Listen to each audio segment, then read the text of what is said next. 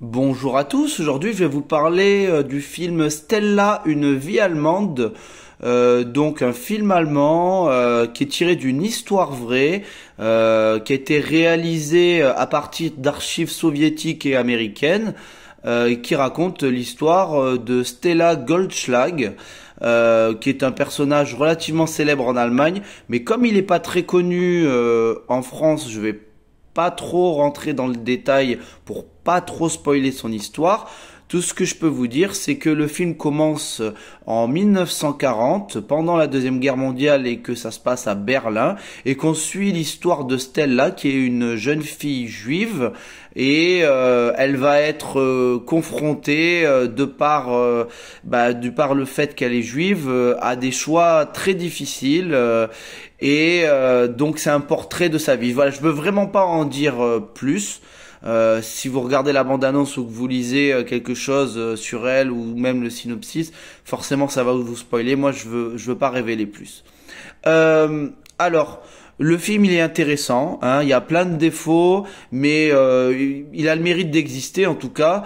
Le plus gros défaut, je dirais que c'est la réalisation. On dirait un téléfilm allemand. Il y a très peu d'argent et du coup il y a beaucoup de plans très rapprochés, plans de visage, c'est toujours des plans rapprochés et du coup bah il y a quasiment aucune reconstruction historique, on n'est pas du tout en immersion comme dans certains films où il y a beaucoup d'argent, où tout est reconstitué.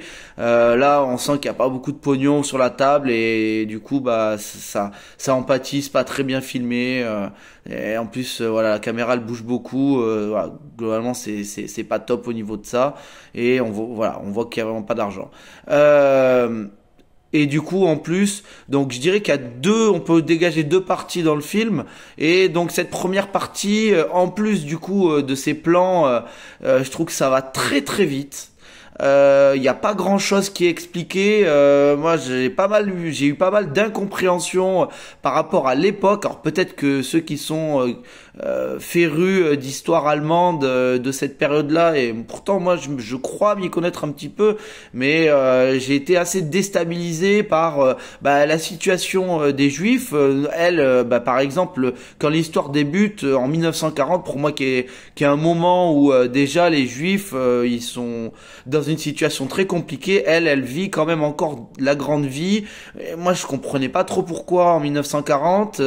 Bon, après, il y a pas mal d'ellipses. Hein, ça fait 1940, 1943, 1945, 1900. Ouais, enfin voilà, je vais pas donner toutes les époques, mais souvent, donc le film fait de grosses ellipses et des fois, on comprend pas trop la situation des Juifs en Allemagne à ce moment-là et comment ils vivent et voilà, il y a beaucoup de personnages en plus. Bon, les noms on les retient pas forcément et du coup on sait pas toujours ce qu'ils vont faire.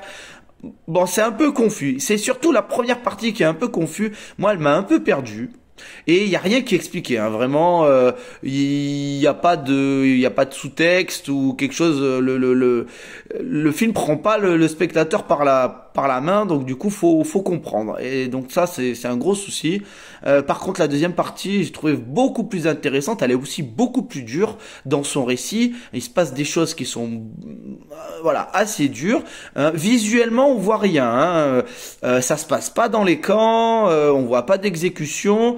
Il y a peut-être un moment où il y a un moment où voilà, il y a l'héroïne elle en bave et du coup c'est voilà, il y a une scène de torture, donc ça c'est un peu dur, mais sinon le film traite un point de vue, un sujet qui n'a pas été traité en tout cas de ce que je sais dans les autres films sur le nazisme donc ça c'est un gros point positif.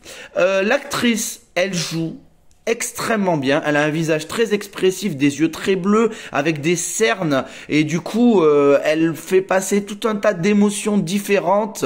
Elle est en plus de par sa personnalité très particulière et elle a été extrêmement bien choisie. Donc là, elle fait un travail extraordinaire.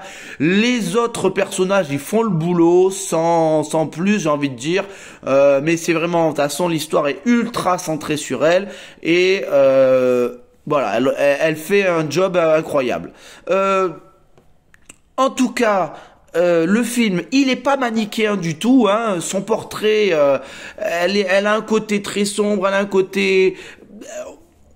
Je veux pas révéler plus, mais le film là-dessus est très bien fait. On comprend bien comment elle est tiraillée pour survivre.